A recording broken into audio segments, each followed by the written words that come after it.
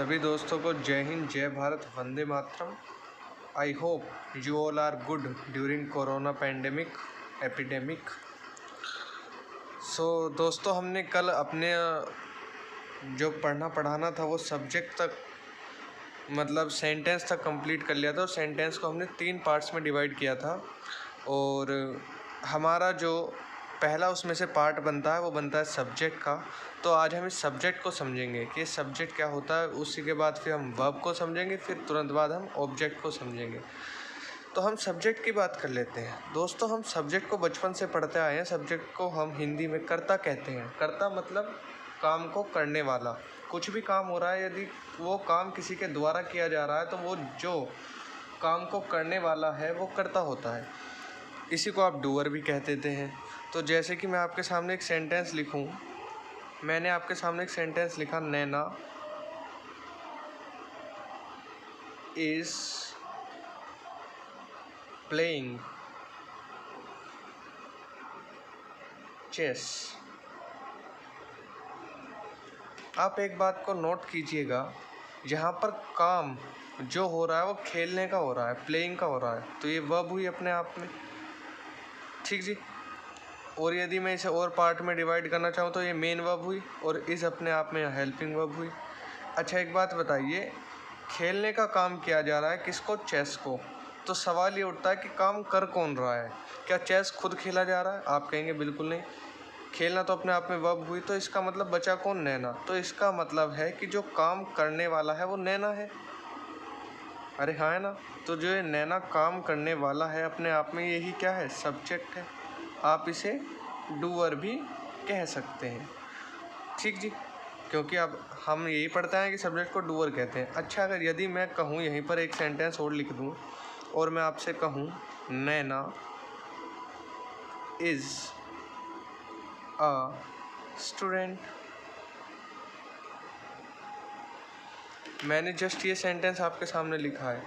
तो यदि आप इस पर थोड़ा ध्यान देंगे तो आपको दिखेगा इसमें कि इस सेंटेंस में कोई काम नहीं हो रहा है। जैसा पहले सेंटेंस में काम खेलने का हो रहा था, प्लेइंग, तो आपने कह दिया था कि जो काम हो रहा है खेलने का वो किया जा रहा है किसके द्वारा? नैना के द्वारा। तो नैना अपने आप में सब्जेक्ट होगी, डूअर भी होगा, ये हमें पता चल गया।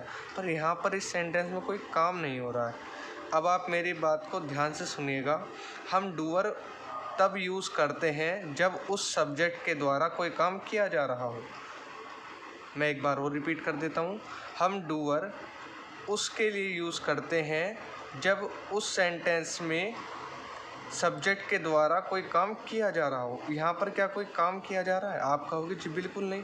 नैना इज़ अ स्टूडेंट। तो नैना इज़ अ स्टूडेंट का मतलब है कि वह जो है एक विद्यार्थी है। तो विद्यार्थी का मतलब क्या हो गया कि जो हुआ वो अपने आप में स्टेट हुई। अरे हाँ या ना। नैना की अवस्था है कि वह एक क्या है? स्टूडेंट है। तो यहाँ पर कोई काम तो किया नहीं जा रहा। तो नैना यहाँ पर जस्ट क्या होगी? सर, नैना यहाँ पर केवल सब्जेक्ट होगी, डूअर नहीं होगी। डूअर इसलिए नहीं होगी क्योंकि नैना यहाँ पर कोई काम कर नहीं रही है। ये नैना लिखा है, नैना यहाँ पर कोई काम कर नहीं रही है। हाँ, है ना। अगर यहाँ पर नैना कोई काम करती तो वो डूअर भी होती, सब्जेक्ट भी होती। बट यहाँ पर कोई काम नैना कर नहीं रही है, इसलिए ये केवल सब्जेक्ट है, डूअर नहीं है। अच्छा, इसकी बात करें तो ये मेन वर्ब होगी। मैंने आपको पिछली क्लासेस में 1-2 जगह पर बताया था कि इज़ अपने आप में मेन वर्ब है, लेकिन हमने आज तक पढ़ते हैं कि इज़ अपने आप में हेल्पिंग वर्ब है। तो ये कब मेन वर्ब होती है, कब हेल्पिंग वर्ब होती है, आज हम उसी को डिस्कस करेंगे, ठीक जी।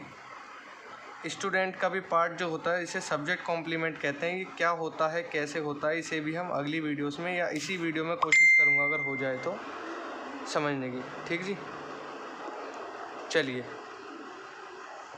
चलिए दोस्तों, अब हम वर्ब को समझने की कोशिश करते हैं। तो वर्ब बेसिकली 2 कैटेगरी में हम वर्ब को बांट सकते हैं और ये 2 कैटेगरी होती हैं आपकी। एक होती है आपकी हेल्पिंग वर्ब, एक होती है आपकी मेन वर्ब। मेन वर्ब की बात करूं यदि मैं, तो मेन वर्ब में बहुत सारी वर्ब होती हैं। आप जानते हैं, प्लेइंग, ईटिंग, गोइंग, कमिंग, कम, गो, वेंट, गोन, ये सब इसकी जो होती हैं सेकंड थर्ड फॉर्म होते हैं। जितनी भी सेकंड थर्ड फॉर्म वाली वर्ब्स होती हैं ना, सब आपकी मेन वर्ब में यूज़ होती हैं।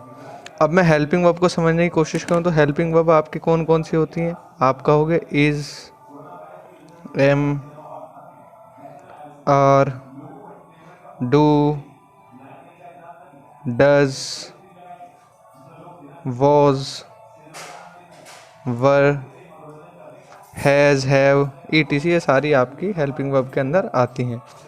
ठीक जी।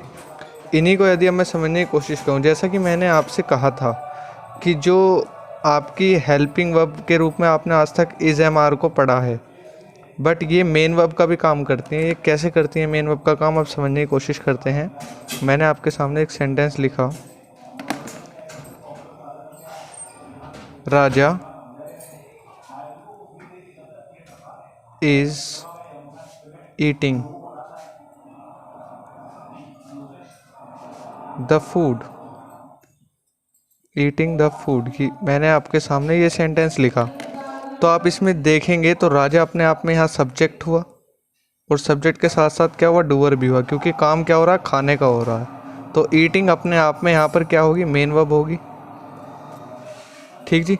इसके बाद मैंने देखा तो इज़ जो बची यहाँ पर, इज़ अपने आप में किसका काम कर रही है, मेन वर्ब की सहायता करने का काम कर रही है, तो ये हेल्पिंग वर्ब होगी।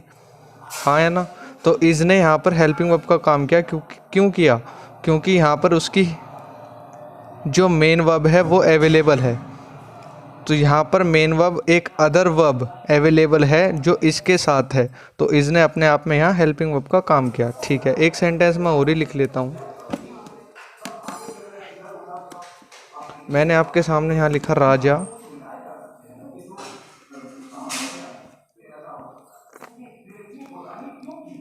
Is a player. मैंने आपके सामने ये सेंटेंस लिखा। अब आप यदि ध्यान से देखेंगे तो राजा अपने आप में सब्जेक्ट है, डूअर नहीं है। डूअर क्यों नहीं? क्योंकि इस सेंटेंस में कोई काम ही नहीं हो रहा जो राजा करे, तो डूअर कहाँ से हो जाएगा? बात समझ पा रहे हैं? तो यहाँ पर जो ये प्लेयर है, इसने बताया कि राजा एक प्लेयर है, खिलाड़ी है, तो ये अपने आप में स्टेट को दिखा रहा है राजा की। तो यहाँ पर स्टेटिव वर्ब का काम कर रहा है इज़। तो एक बात ध्यान से समझने की कोशिश कीजिएगा कि जो इज़ है यहाँ पर, उसके साथ कोई दूसरी वर्ब इस समय अवेलेबल नहीं है।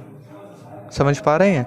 उसके साथ इस समय कोई दूसरी वर्ब अवेलेबल नहीं है, तो ये खुद ही यहाँ पर मेन वर्ब का काम कर रहा है।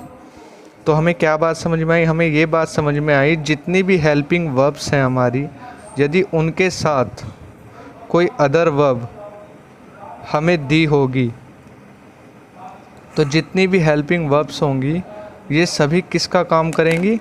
हेल्पिंग वर्ब्स का ही करेंगी। बात समझ पा रहे हैं? बट अगर इन्हीं हेल्पिंग वर्ब्स के साथ कोई other verb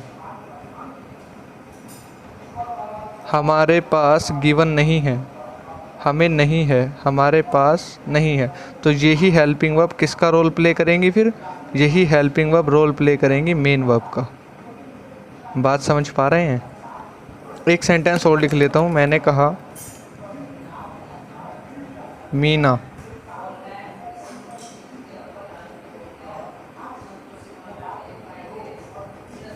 is a chef. ध्यान से देखें, यहाँ पे कोई अदर वर्ब है नहीं इसके साथ, तो यहाँ पर इस क्या है अपने आप में? आप कहेंगे मेन वर्ब है। ये हेल्पिंग वर्ब तब होती जब इसके साथ कोई अदर वर्ब आ जाती। ठीक, तो मैं आशा करूँगा कि आपको वर्ब का भी लॉजिक क्लियर हुआ होगा कि मेन वर्ब कहाँ पर होती हैं, हेल्पिंग वर्ब और हेल्पिंग वर्ब कहाँ पर होती हैं, और बाकी स्टेटिव बाकी हम वर्ब में पढ़ेंगे जितनी भी चीज़ें हमें पढ़नी है। फ़िलहाल के लिए इतना ही, आप इसको ध्यान रखिएगा। ठीक है जी। अब हम अगली बात कर लेते हैं ऑब्जेक्ट की। ठीक है, चलिए दोस्तों, अब हम बात कर लेते हैं ऑब्जेक्ट की।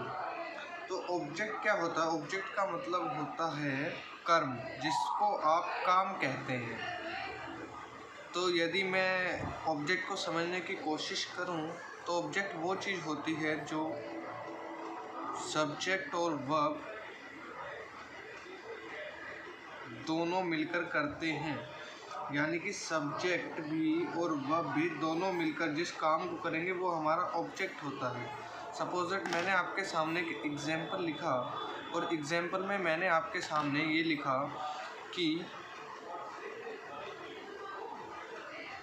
सुरेश was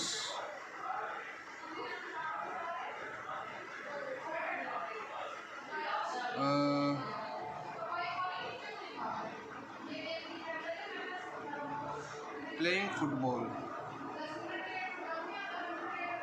अब आप नोट कीजिएगा, अब आपको तो पता ही है कि जो वॉज है अपने आप में हेल्पिंग वर्ब होगी। क्यों होगी? क्योंकि प्लेइंग अपने आप में इसके बाद मेन वर्ब दी है, ये हम डिस्कस पहले कर चुके हैं।